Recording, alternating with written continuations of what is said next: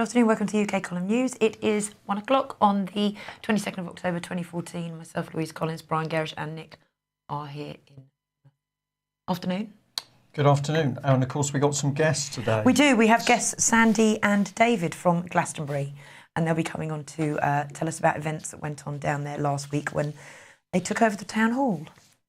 Yeah, impressive stuff. So weather, I think, is just grey everywhere. There's not a lot of reports in on the chat room, and certainly that's the case in Plymouth.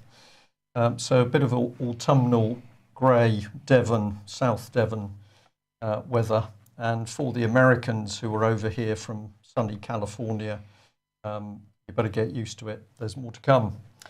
So what is the state of Britain? Well, we're going to say thank you very much to Nick for seeing this wonderful advert, which gives us a glimpse into Britain's police and where it's going. So is this a childish cartoon? Is this serious? There's all sorts of discussion to be had over this advert, but here we are, local policing and partnerships, a national conference, and they are going to be transforming the way we do business, not improving the way that they protect families. It's business, and they're going to transform the way they do business. And the transformer there, what does that signify? That's Optimus Prime. Yeah, so on one hand it's a little toy, but on the other hand, to me it's got a very aggressive stance. Is this talking about transhumanism, where we're going to have half people, half machines? I thought we'd just put this over the top because, of course, this is how the Association of Chief Police Officers has been able to transform the face of Britain's police from bobbies on the neighbourhood beat who are there to protect people and stop the criminals, look after the good people, to these absolutely vicious thugs armed up to the teeth. And I've used that word thug deliberately because, of course, the training that these officers are going through is helping to desensitise them. So anybody fancies attending that conference, 13th of November, we'd love to have some feedback to hear what's going on. And, of course, the College of Policing involved, which is where we're starting to get the behavioural change drifted through into the police training, nudging NLP. And the other side of the state at the moment, of course, is the clampdown on free speech. And somebody sent this through to us. It's a good article on the Archbishop Cranmer site. And what he's pointing out is that is there a clampdown on Twitter trolls who threaten violence or threatening rape or something equally horrible? Or is this the front end of a wedge which is actually going to close down on anybody who dares express vigorously their opinion, particularly if it counters the government? Yeah, I mean, you've got two different forms of it, though, haven't you? You've got trolls who just make people's lives misery, just posting and doing inappropriate things. Then you have other people who are getting accused of being trolls, who are just literally forming an opinion and not there harassing. But yes, this could very much lead to, people having an opinion of being classed as trolls. Somebody I know was actually classed as a troll the other day just because we're going against the whole man. He was saying, he didn't believe in man-made global warming, and then the next thing he was classed as a troll. Yep. Just because he commented on a picture. So more and more people beginning to watch what's happening and, of course, warning others. And as we say, where does it lead to? Well, it leads us straight to the present day. And, of course, Robert Green is a classic example, now up to 155 days on bail, reporting to the police in his local area every day. He must sleep at his house, he's contact the police daily, and not use the internet. This is so-called justice in Britain.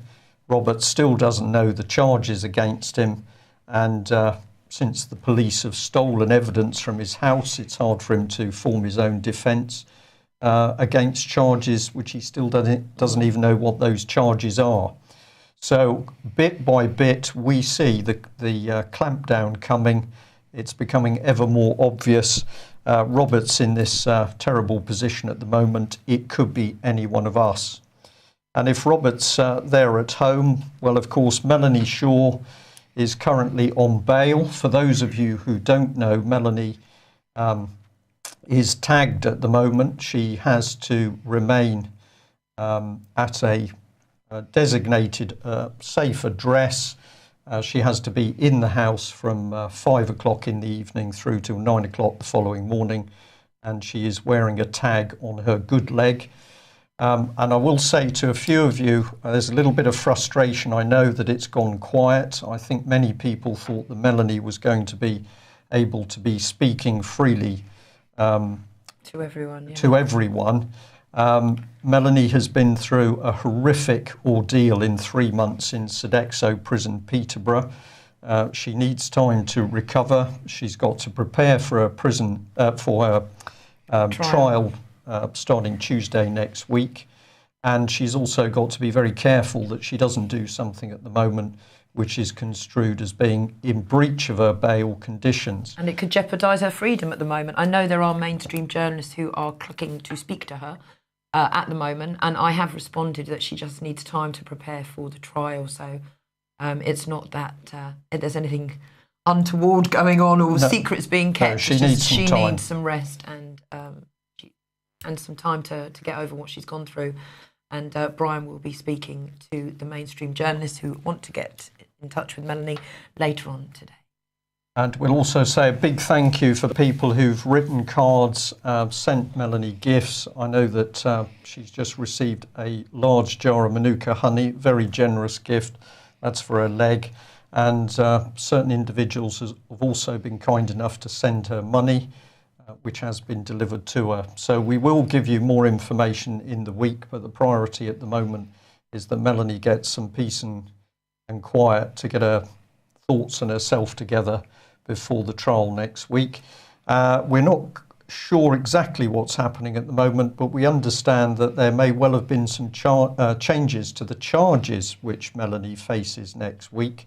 It appears that the Crown Prosecution Service still has not produced any more evidence against Melanie. We don't believe any substantive evidence has been produced to date, but apparently they're now considering changing the charges against her.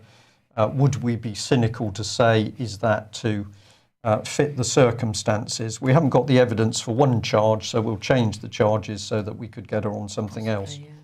Who knows? This is the state of the country. Luckily, some people are trying to do something about it, and we reported that on Tuesday, the 14th of October, peaceful protesters went in and took over Glastonbury Town Council. If we just show that one briefly, Nick, to set the scene. We'll be able to produce that one on screen shortly. There we are. Now, this was, in its way, quite a small event. Planning went into it, but the reaction has been quite extraordinary, and we now know that the story's gone worldwide. So over to you and our two guests, Sandy and David. Hi Sandy, hi David, how you doing? Hello. Hello. So what happened last week and how was it all organised? It's just fantastic what you've done, and how long did it take to organise? Well, it took us about 3 months to actually initiate the process initially. We provided the police and the council with all the documented evidence of Article 61, Agenda 21, and also that treason has and is being committed. So after providing all this evidence, we're asking where are the council standing on this, also the police. And we've been totally ignored. So at the last meeting, we got a little bit more forceful in our approach, and we seized the building as a protest. And how many of there were you? There were 7 of us actually seized the building. There were more of us at the event, but not everyone stayed. And then other people came back. A few people came back. Yeah. Right. So to summarise this, we've got the fact that you have been approaching members of Glastonbury Town Council, asking them to look at the issues of the Constitution, what's been happening with Lisbon Treaty and the EU, and also you've been saying to them, do you really understand what the problems are with Agenda 21? Is that would that be correct for the We've start of also been- events? Yeah. We've I think you're there. Try again. Yes. Yes, it would. I mean, I think we were trying to urge them really to take at least some sort of stand, because we've got very little time before the ratification. The six parties ratified on the 1st of November. So for us, there Can was I cut in there? Yeah. Actually, there's a big misconception going around. Nothing's being ratified. It's already been ratified. Lisbon and Nice have both been ratified. Nice just comes into effect on the 1st of November, Right. taking away another 43 areas of the most important control that only Britain can have under the Constitution, and giving it to the EU, including the command of the police. Now, this is obvious treason. Right. And so what sort of reaction did you get from the council members when you first approached them? We'll have a look at the detail, because I've got some of the documents here. But when you first started to speak to local councillors about what was really going on with these very important constitutional and political issues, what did they say to you? First of all, they kind of said, "Oh, we'll investigate." But basically, all they did was they acquiesced to our demands, which were, "Where do you stand? And we want you to stand under Article 61 as well, because it's a duty of everyone in the country to defend the Constitution in this way. It's actually a criminal offence not to do so." And that's what we're pointing out, is only the truth. And what they did was they basically acquiesced to our demands. Right. Sandy, if I may, I'm just going to suggest you come in a little bit tighter with David, because we've only got half of you appearing on the screen, and we'd like to see all of you. Okay. So, David, would this be an appropriate time to bring up the Llewellyn Price QC letter, which is going back to 27th of January 2000, where people were trying to bring the whole issue of Article 61 into the courts? Sure. Yeah. Okay, I'll just pop that on screen briefly. Can you actually see that at the moment? Yes. Would you just be able to talk it through, just in simple terms, what the letter's actually saying and asking for? Well, the letter's actually describing why Article 61 needs to be invoked, i.e. the treason aspect of the EEC, the European Union. And, well, that's it, the reasons why we need to invoke it. So. Okay, and so this was all set up back in 2000, and Ashley Moat's got his name on the end of this particular document. What was the result of the interaction with Llewellyn Price QC and trying to take this into court?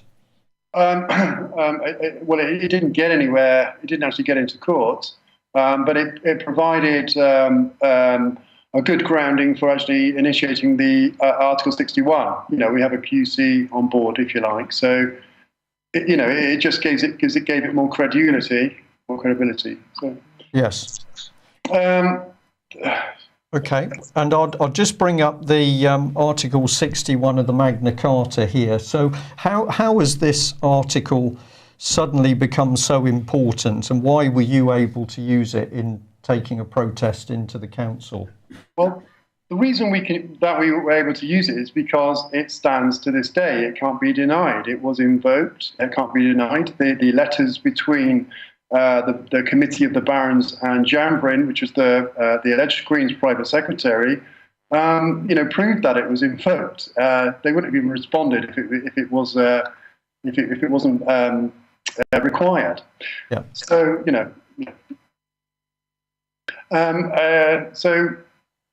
well, that's basically it.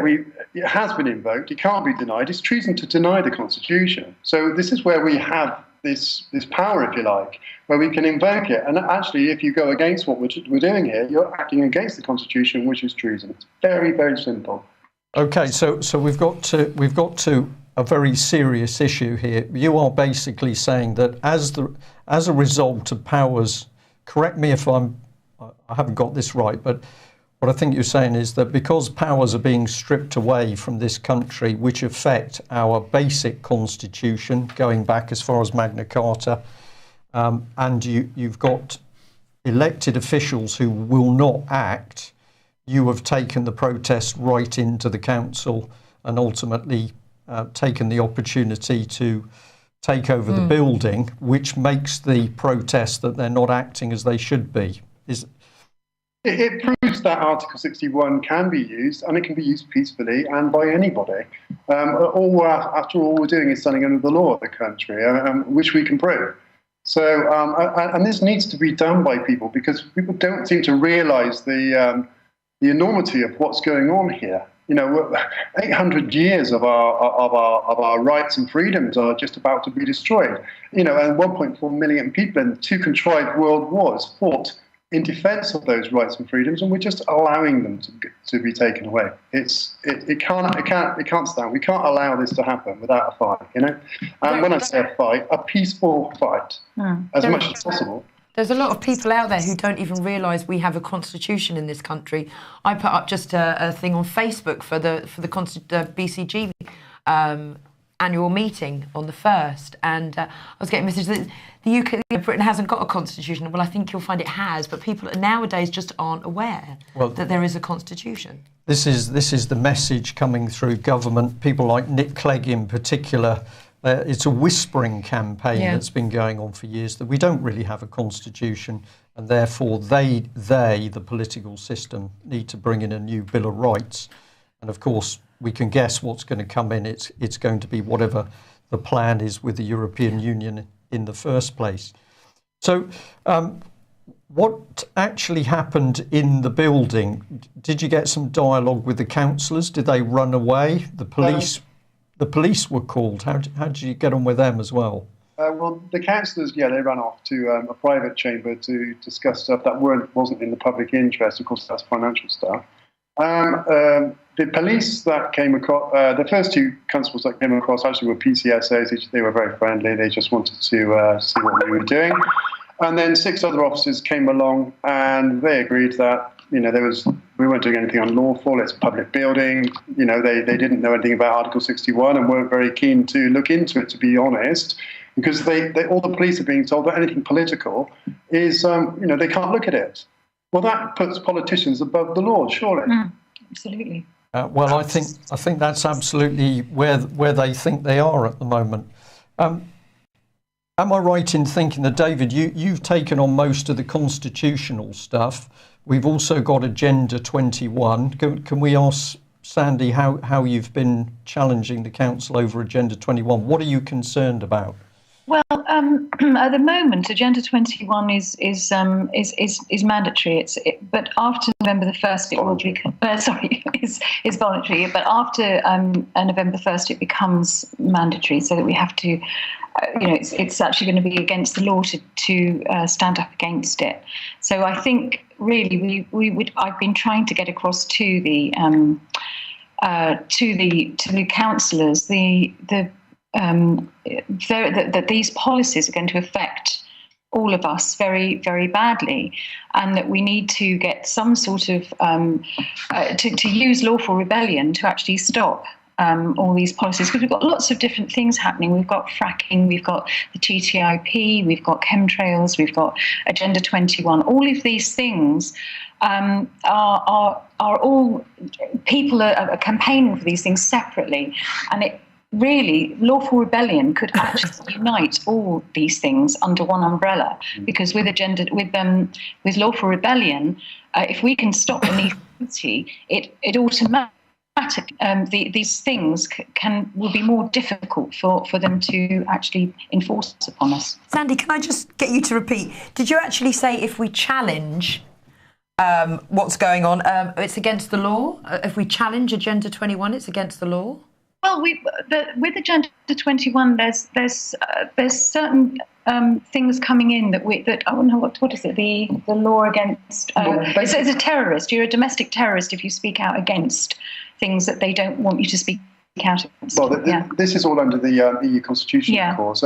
But what it is that the European Union have sort of taken on 21, and it's obvious that they're going to kind of, because it is voluntary, but they're going to impose it on people in this way, as Sandy says. Now, and Sandy's correct in saying that, what we need to do is to unite everybody under the English Constitution, the British Constitution. If we're going to save it, we need to use it or lose it. So there's no reason why you can't still do your fracking protest, you can protest, or whatever you're doing, but do it under the law. You have the protection of the Constitution because it does protect you. It gives you a better offence and defence, and carry on with what you're doing, but use the law to protect yourself. Yeah, this is a very, very important part of it. I find it amazing that you got such well-behaved treatment from the police when you did this, because of course we've seen in other areas that the police are totally ignorant of the law, and therefore they take the wrong action against people. Just if I may, because we've got the slide to bring up the information on screen. Just, if you can, tell us a bit more about the petition to the barons and the significance. This was, I'm not sure I got a date on this. Well, it's come off, I think, the website on the 2014. But this petition, what is the significance of this? Well, we have the right to petition. Well, we have a right to convene a committee of barons, or under the Constitution, to petition the Crown or the monarch when institutionalised treason, especially, is being enforced on us, and she has a duty, or the King has a duty under the Constitution to redress the problem, which is the Nice Treaty. And this is what the petition was about: was the fascist elements or the undemocratic, unconstitutional aspects of the Nice Treaty. It's going to take away, completely take away our national sovereignty, which leaves us only in serfdom, so in servitude to the EU. Yeah. So no redress was forthcoming after the 40-day period, and so lawful rebellion on the 23rd of March 2001 was invoked in this country, and that cannot be denied. Okay. So, I mean, I've proven this 4 years ago when I deregistered my truck, and I informed all the relevant alleged authorities at the time, including the police, what I was doing, and I was eventually arrested. But when I was arrested, I didn't consent to the courts or the police, and basically they withdrew after I served them with misprision of treason notices. I served them with the evidence of treason. And once you've done that, once I've done that, you have to report the crime. That's part of the treason laws in this country. Misprision of treason. If you don't report the crime, you're guilty of the crime. Right. So it's a very important crime.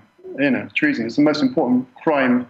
Go on. Okay. Well, I'll just if I may add in there that of course we've now seen politicians who for many years have been denying that treason still exists. Then suddenly there was a little flurry in the Commons with politicians saying, oh, well, of course, treason laws do exist, and perhaps we should charge people who go overseas to fight in Syria or the Middle East. When they return, we should charge these people with treason. And I found it fascinating to watch how there was almost a look of horror by the more senior MPs, and I think this is because, of course, you can't have it both ways. We've been told that treason doesn't exist. We can't hang people for committing treason. Then all of a sudden, it obviously does exist because it's been used as a threat against people going overseas to fight in Syria. So the treason laws do still exist, and the moment we know those laws still exist, of course, as you say, for people to attempt to dismantle our constitution and remove God-given laws and rights and laws and freedoms, then we're in a very serious situation. This is treason by our own government. Can I just interject there, please? Of course.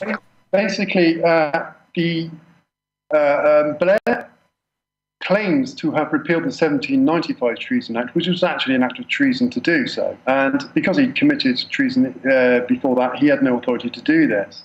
That's also the death penalty for treason, which is still hanging in this country. So, the treason laws, they do exist. I mean, There's nothing. They cannot. You cannot repeal a treason law without committing treason. So there's a lot of doublethink going on. They try to claim that treason is an unproven claim, which is correct. But why is that? Well, that is because they will not allow people like me, a court de jure, under the constitutional laws of this country, to prove that claim. Now, I've attempted to get redress 2 years ago. I mean, my case with the deregistering of the truck was 4 years ago, and then 2 years ago, I attempted remedy by demanding my constitutional rights of trial by jury, and I was, of course, denied. They withdrew the warrant for my arrest. They haven't chased me for the fines, and the police won't arrest me. So all they can do is ignore me, and I'm putting out a public challenge here to Theresa May, the Home Secretary, that I demand my day in court. I have torts have been committed against me, wrongs have been committed against me, and I want to prove that matter under a court de jure in this country, and to prove that the claim of treason that I'm claiming and can prove is real. I was actually going to ask you just that, David. What do you want to do next? Sandy, what about you? What do you want to see happen next, and where are you going from here? Well, I think the seizure of the town hall was really a statement, because they were laughing in our faces when we said that we have every right to seize this under Article 61, and they laughed in our faces. And I think it's been a big shock to them to see that we did it, and the police were called, and the police said, "Well, you're not doing anything unlawful at all. We're going to go away and leave you." And so we stayed in the town hall until probably at 2 a.m, and then the poor caretaker, because we were being honourable and we don't want to cause him any loss under common law. You can't cause people loss or harm, and he wanted to go home to his wife, poor man. So we said, look, we're going to be honourable and say that's enough. We're going to leave, and we got on very well with him. He was very thankful for the overtime, I think, and so we went off. But you see, the thing is that it's caused a bit of a stir. They the next day they did actually shut the town hall. They were terrified that we were going to come back in, but we are honourable, we are lawful, and we're not going to we're not hooligans. We are people who demand our rights and to be heard by the people who we have put in office, and they are literally not doing their jobs, and they're not looking at these issues, and we the people are standing up and rising up and saying, listen to us or we will take control. And if they acquiesce and they say, yes, we will stand in lawful rebellion against our treasonous government and our treasonous crown, we will leave them alone, and we'll let them do the job. But they're not doing that. So what else do you have to do but to take, to invoke Article 61? And I think the thing that we do next, I think, would be really good is if other people listen and realise that this can be done and that the people can be heard under lawful rebellion, and that we can. Yeah, is that really good? Well, Article 61 is unassailable. It can't be denied. So all people have to do is use it now. And if we do it en masse, because individually, I mean, I stopped all demands against me just as an individual. I mean, so if I can do that, anyone can do it. I'm just a layman to the law. I've learned this over the last few years as I've done it, really. Yeah, I mean, the chat room here at the column is certainly very inspired by you guys. How do people, have you got a Facebook page or a website or anything that people can maybe get in touch with you? Yeah, so my Facebook page is Practical Lawful Dissent, where we've got loads of information. All the evidence is in the files, and please come along and have a look in the files before we make comment, because we do get people coming on and asking obvious questions, which is a bit frustrating. We've also got a website, www.lawfuldissent.co.uk. It's in its infancy, but we are working on that one. Oh, gosh, we'll have to have you on again. Are you going to be coming to the British Constitution meeting next week? Yeah, we can. Yeah, what date? I don't even know. We will speak to you. If you can stay with us for the programme, we'll be doing a little bit of advertising at the end of it. But thank you very much. Important stuff, and we'll be delighted to have you on again. Oh, bless you. For the Thanks, David. Thanks, Sandy. Take care. Thank you. Lovely couple. Well, people out there realising serious things afoot in the country and taking action. And of course, Louise took the very action of writing to Theresa May on the subject of the child abuse inquiry. This was the letter, which you can find on UK Column. Have you had a response? No. Not a word. It's also on my Facebook page in the notes if anyone wants to take copies and just make amends. They are just literally comments about who and how was Miss Fiona Woolf appointed. I can't read the screen because I haven't got it in front of me, the printout. How was she selected? What was the procedure? Was there any research into possible problems with her appointment? So these are very simple questions. And then putting the links also with who else lives on the street, Leon Britton, Mandelson, the guy in the MI5 agent who was found in a bag, zipped up in the sports bag. Fairly dangerous little street, yeah. And also just down the road is Dolphin Square, where many victims of abuse and people who have spoken out say that they were taken to the famous Dolphin Square. So that's all in the same vicinity, but we haven't heard a word. And I do believe others have actually copied that off of my Facebook and sent it off, and nobody else has got a response either. So there's silence here. This, of course, is what it comes on to, that many people deeply unhappy about the relationship between Fiona Woolf and the Brittons. And this is the Independent, obviously. Yeah, the Independent. Well, more pressures mounting on Miss Fiona Woolf to step down after she finally admitted her ties with the Brittons. Her predecessor, Butler Sloth, who herself was also forced to stand down due to establishment links and family ties. But Woolf has also had no experience or history in any kind of cases to do with child abuse. And she revealed she had not discussed or raised the Britons' links with Theresa May until it actually broke in the media. But apparently our dear leader, David Cameron, has said he is confident that Fiona Woolf and the chosen panel, who we'll be talking about a little bit more very soon, in depth, will carry out their duties perfectly. Will we? This we posted up again yesterday. We think it's significant because we're still not seeing progress with investigations, but obviously what's been happening has unsettled either Lord Britton himself and or UBS Investment Bank. So he's retired, and as we mentioned yesterday, the bank apparently doesn't want to comment. No. Exaro says they didn't want to really make any statements about why he's departed. So what's going on here? Well, we don't really know, but it's pretty mucky. And the BBC, of course, hasn't yet managed to complete its own investigation into paedophile Jimmy Savile. They don't like commenting on Savile or their own inadequacies, but they're hot on the trail of anybody else. And here was the headline: legal challenge launched over abuse inquiry chair. But they do say a victim of historical child abuse has launched a legal challenge to the choice of Fiona Woolf as the chair of the inquiry. Later on in the article, they point out that most of those challenges don't succeed. But these are the sorts of comments. So we've got a lack of confidence from a number of MPs calling for her to consider her position. So this has got to be good news. Lib Dem MP John Hemming said that her personal contacts would give no confidence to victims. And that is certainly what we are hearing at the moment.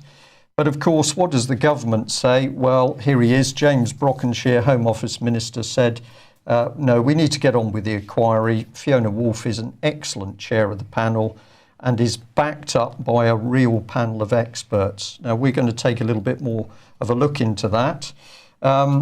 Several MPs called on the lawyer to stand down, but ministers have insisted she'll do an excellent job leading the inquiry.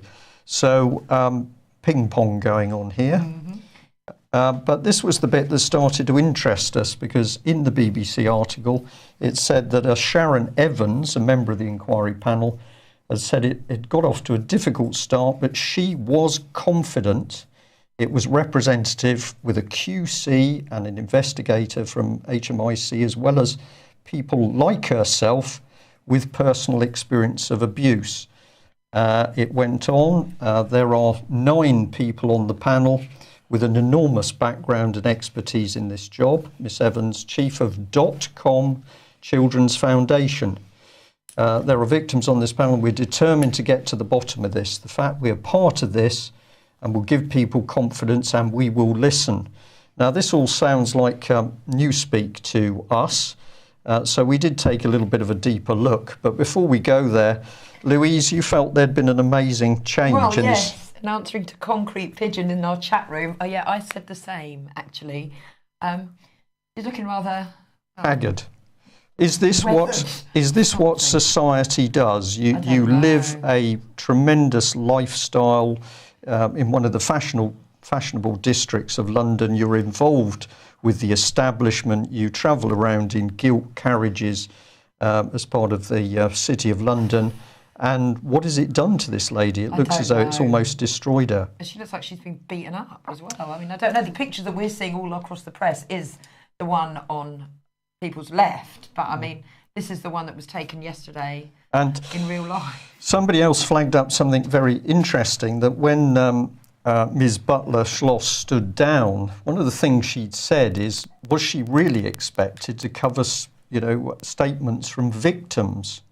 But as we mentioned yesterday, it seems under the terms of reference that have been presented to Ms. Wolfe, victims are simply not going to be part of the equation. Not at all.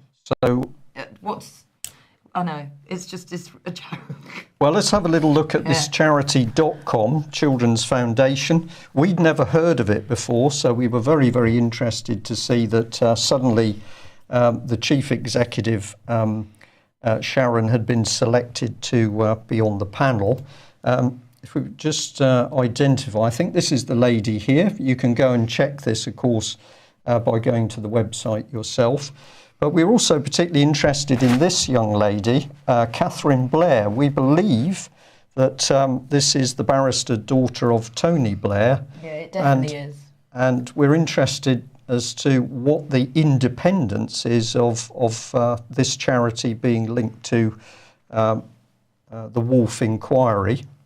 A little bit more detail from the website. This is one of the key people, Simon Marshall. So we thought, well, what sort of background has Mr. Marshall got? You can have a look at his LinkedIn page. And here we are. He's been involved, is involved at the moment with Integras Prima Limited, which is client portfolio, Balfour Beatty, the Marston Group, Rixton Care, as well as .com Children's Foundation. But he's been a managing director of Serco, of course, a company that's been hoovering up huge government contracts. And he's also been working with Sodexo, which is the same French company, of course, managing, amongst other things, prisons in UK. So we simply say, well, it's all right for people to be claiming that they're independent. So we phoned this charity this morning and said, could you tell us how your chief executive was selected to be on the Fiona Wolfe inquiry panel? And I have to say, the young lady didn't know. She said somebody would come back to us, but they haven't so far. But it all appeared to be a little bit grey. Yes. So if there's anybody else out there who thinks perhaps we should take a closer look at other members of Ms. Wolfe's panel, we'd be grateful for any help people can give us. Yeah. We did ask, we were wondering what's the whole .com Children's all about, actually. Conversation about weird name. Well, of course, one of the other major companies is Core Assets, which rather indicates that the children are an asset. .com, is this about children and the internet? I'm not sure. We don't know. So what's this one that you've got? Sweetie. Okay, Sweetie. So a computer-generated 10-year-old child called Sweetie that was set up by a charity in the Netherlands, which is called Terre des Hommes, to entrap paedophiles, has claimed its first offender. An Australian man called Scott Hansen, who has is on the sex offenders register, was found guilty after admitting he sent obscene pictures of himself to Sweetie. He was sentenced to 2 years in prison. But the NCA, who have come out and said that a lot of paedophiles will end up walking free, has come out and said they're having doubts about Sweetie, saying that they are unsure of the research methods and the effectiveness and how that will react in the UK. So I think they needed all the help they could, really. Yeah. Didn't they? But they're not too keen on Sweetie. Well, we're going to pop this one up because it's been circulating so widely, but it's obvious that a lot of people are now beginning to see the scam. So here's Mr. Cameron. I'm turning a blind eye to hundreds of children abused by the Westminster paedophile ring. Well, it's more than a blind eye. We are labelling it the most transparent cover-up there has ever been. And of course, it was in David Cameron's Oxford area that children were being abused at Oxford and Cherwell Valley College. Not one single Conservative council lifted a finger to assist or investigate. And of course, that includes David Cameron and his very own Witney constituency. Apparently my mic's off, apparently. I don't know if it still is, but Dirty Harry's just said it in the chat room. No. Okay, no worries. Okay, well, tell us about this one. We mentioned the taxi yesterday. Yes, we did. Yesterday we covered the terror threat in London, where bomb disposal units at work called to blow up a taxi outside the Gherkin in London. Well, it now appears that it was just a broken down taxi, and it had actually been broken down since last Friday. According to witnesses, the driver returned yesterday just after his taxi had been blown up. And the witness says the driver was absolutely furious. Thousands of workers were evacuated. Local business had damage done to their buildings because of the shrapnel from the bombs. And the big terror alert and terror threat in London was actually a broken down taxi. Yep, so be careful, because if your vehicle breaks down in London, somebody's going to come along and deal with it with a controlled demolition. This is how paranoid the Lib Lab Con have got the country, effectively. A broken down vehicle is a potential terrorist threat. So on an international scale, we've flagged up the saga of the Russian submarine, so the press says, in Swedish waters. The Washington Post is yet another one of the major media outlets to comment on this. Submarine hunt sends Cold War chill across the Baltic.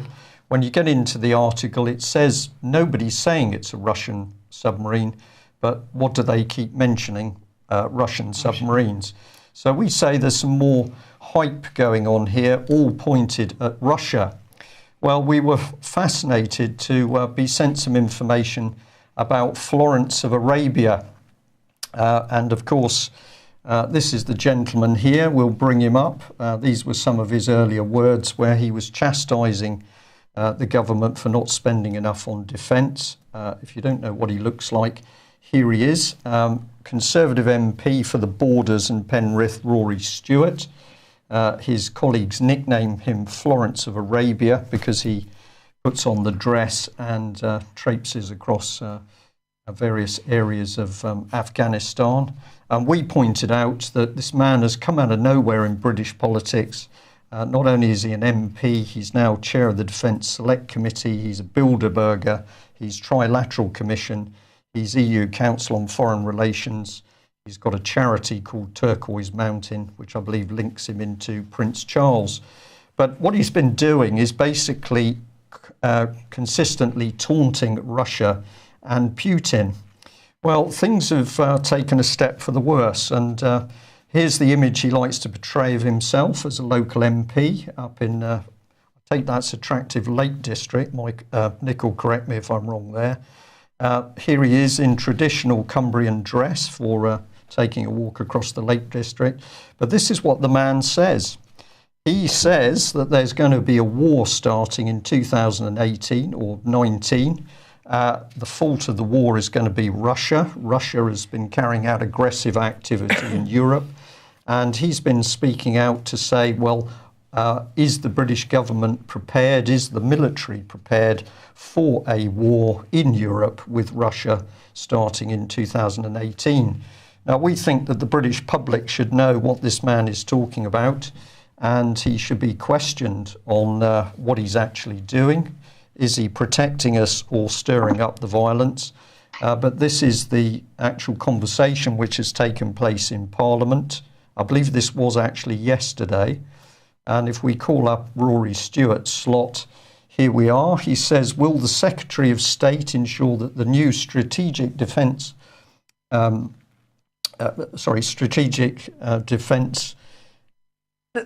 going to have to pause there because I'm afraid I've forgotten SDSR, but it's part of the defence report, acknowledges that Russia has radically changed the situation, first by creating a war in Europe and secondly by ensuring that NATO is undermined.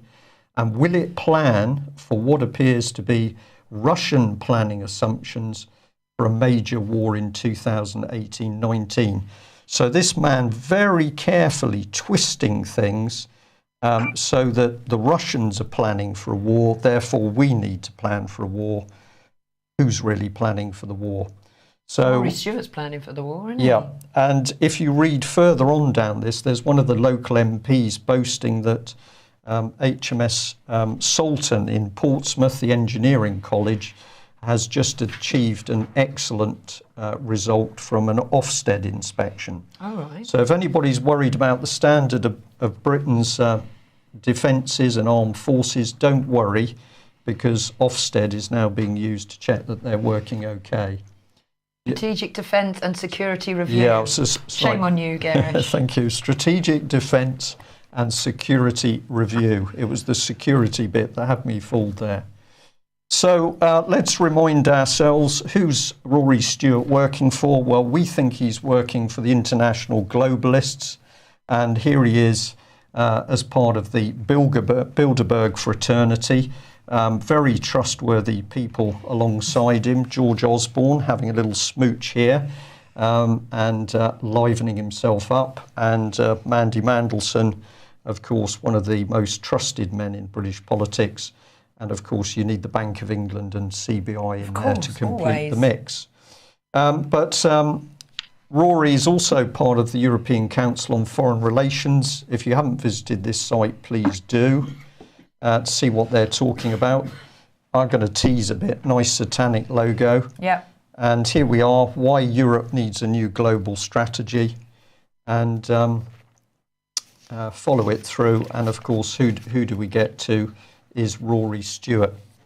So this man is predicting war. Could it be that he and David Cameron and the rest of this warmongering government are the people who are going to help create it? And we need to talk about it if we're going to stop it. What sort of man is Rory Stewart? Well, we think he's part of this. This was Tony Blair saying that he has a vision of a new Britain, the creation of a new class, a new elite, placed in positions of authority, who will propagate the spirit of the age and spread the principles of the third way across Britain. So nothing about democracy here or the Constitution. We're talking about elitists elevated into positions of authority, and surely Rory Florence of Arabia Stewart is one of those schoolboys that's been elevated into... Without a doubt. What a dangerous man. Yeah. And Blair and Cameron. So what are we teaching our children? Okay, so the hit BBC children's show is going on tour, Horrible Histories, but their promotion campaign has made rather a horrible error by using a poster of an executioner holding up a bloodied, severed head with a slogan saying, "You'll laugh your head off." These posters were put up all around Chelmsford and Cambridge, and parents were completely shocked and extremely concerned as they hold the chilling similarities to the beheadings by IS, it is being reported. The producer for the live tours, Neil Foster, said he was aware of a couple of complaints and has now provided alternative posters for venues. But I think that was purposely done, knowing what the BBC are like, but I could be wrong. My personal opinion, they know exactly what they were doing when they made that poster. I'm sure they did. And everybody is after the children. Oh, my God. Schools in the UK are being told they must teach pupils how to clean their teeth during break times.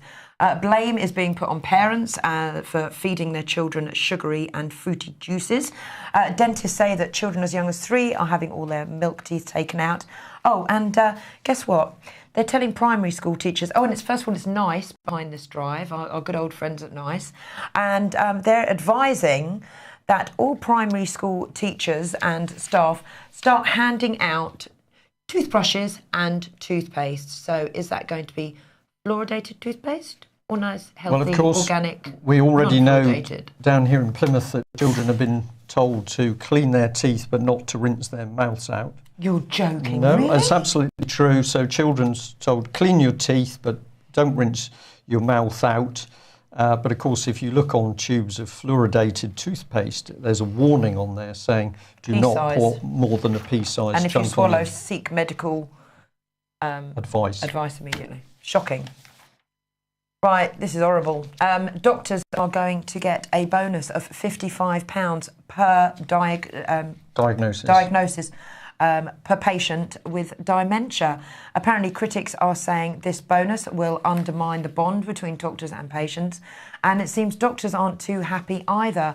And a certain Dr. Brunt has written an article for the medical website Pulse.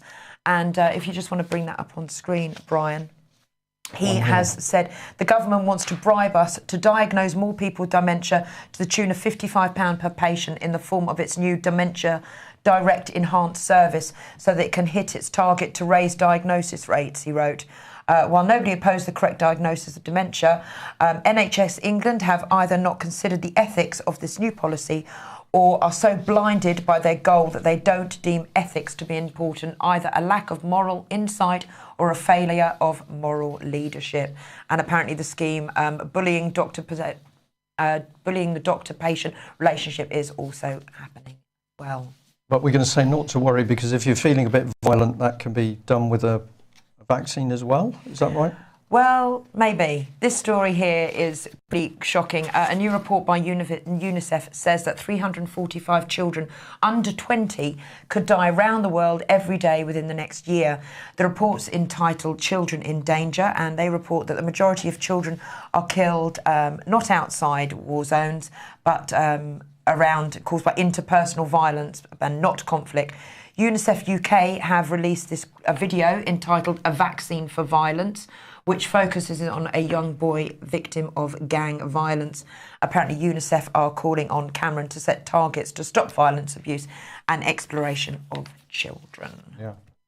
Shocking. Now, there's a few people in our chat box that are saying, my goodness, this is all heavy and I'm feeling that I'm collapsing under the weight of it all.